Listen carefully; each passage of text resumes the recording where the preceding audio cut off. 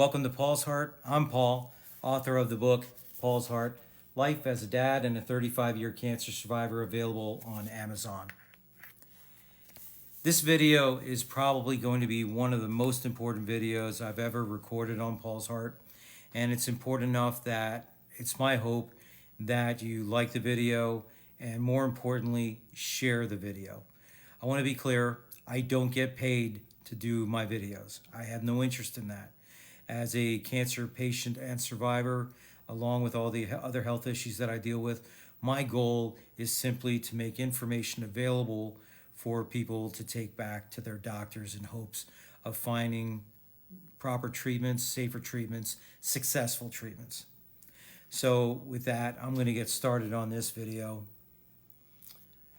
Heavyweight champ Muhammad Ali, Muppet creator Jim Henson, Superman actor Christopher Reeve, Academy Award-winning actress Patty Duke Aston, actress Tanya Roberts, model Anna Nicole Smith, singer Etta James, actor Jeff Conway, and former President George H.W. Bush. They all share one thing in common. All passed away from complications related to sepsis. Now, I have three very serious triggers when it comes to health: cancer news, cardiac news, and sepsis news. Why? Because I have personal experience with all of them. This is the part where I also have to clarify that I'm not a doctor, and I'm relying on my own personal experience with the things that I'm going to say. Last week, the sports and racing worlds were rocked at the sudden passing of NASCAR racing champ, 41-year-old Kyle Busch.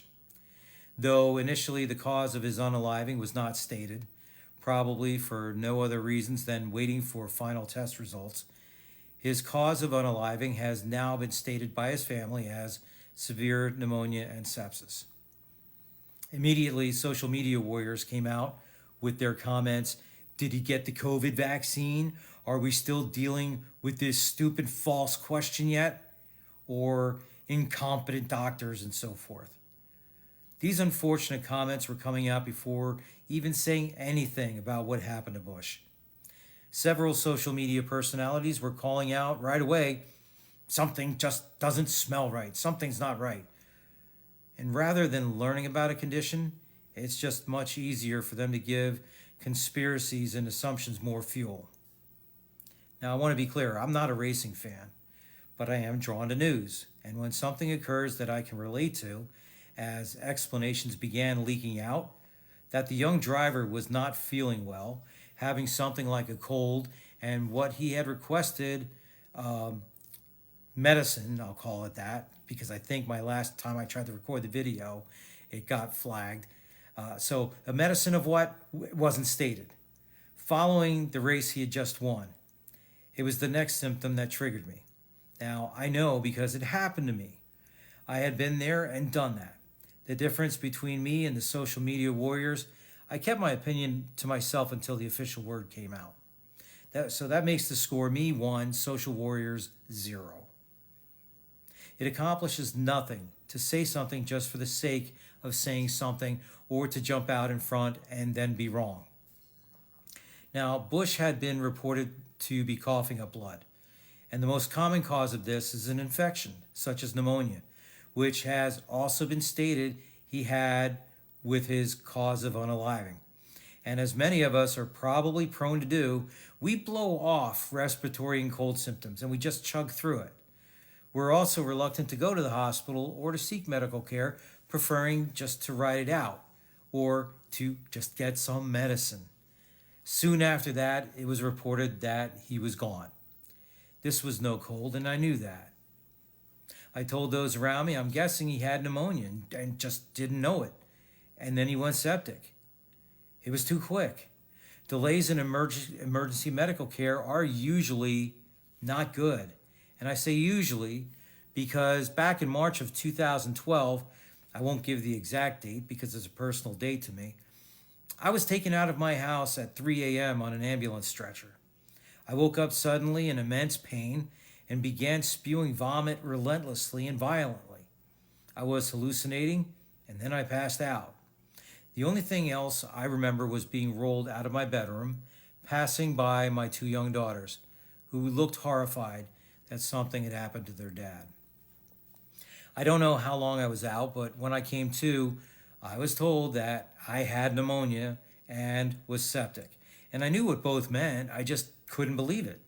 Because when I went to bed that night, I felt fine. I had an exhausting week. I worked 60 hours.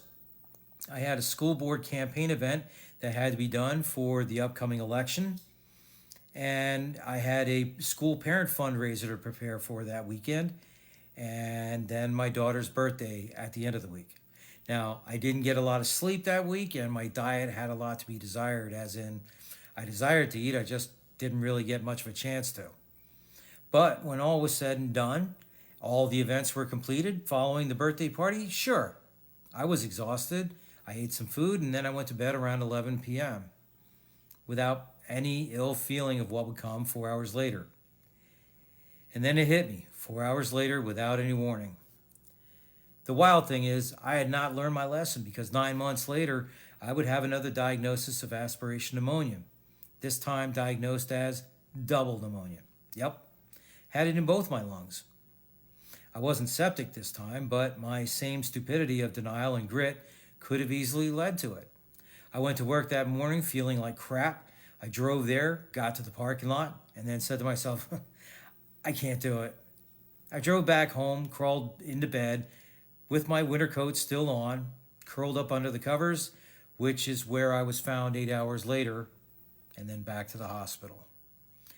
Now, this behavior isn't good, trust me. I know it. But when it's all you know, who you are, this toughness at all costs. Besides my pneumonias, all three of my heart surgeries and my carotid artery surgery, all related to my cancer treatment history, all were handled the same way. And I still don't react properly and timely. There are 4 types of pneumonias, the common ones, viral and bacterial, and then 2 others, fungal and mycoplasma. The viral one would easily have been suspected, as Bush claimed to have a cold, so he could have had anything from RSV to COVID, or even just a cold that got out of control, leading to viral pneumonia. For me, mine was bacterial aspiration pneumonia. Now, what's aspiration pneumonia, you ask? Aspiration is when you inhale or swallow anything other than air into your airways. It's common with people with reflux, food, saliva, etc. If you've ever drank something too quick and it went down the wrong way and it caused you to cough uncontrollably, that's aspiration. Your lungs aren't meant to have anything other than air. And in my case, not only do I have reflux, I also have no spleen, which leaves me more susceptible to infections. But I also have something called a Venker's diverticulum in my esophagus, okay, which, as a result of my radiation therapy for my Hodgkin's lymphoma, causes food and liquid to get trapped in my esophagus. Now, if it stays there trapped, guess what happens?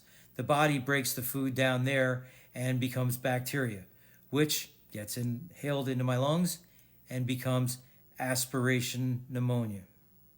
Now, at this point, I'm going to end this as part 1. And I'm going to strongly encourage you to view my series on surviving sepsis part 2 in my next video. Until next time, this is Paul's Heart.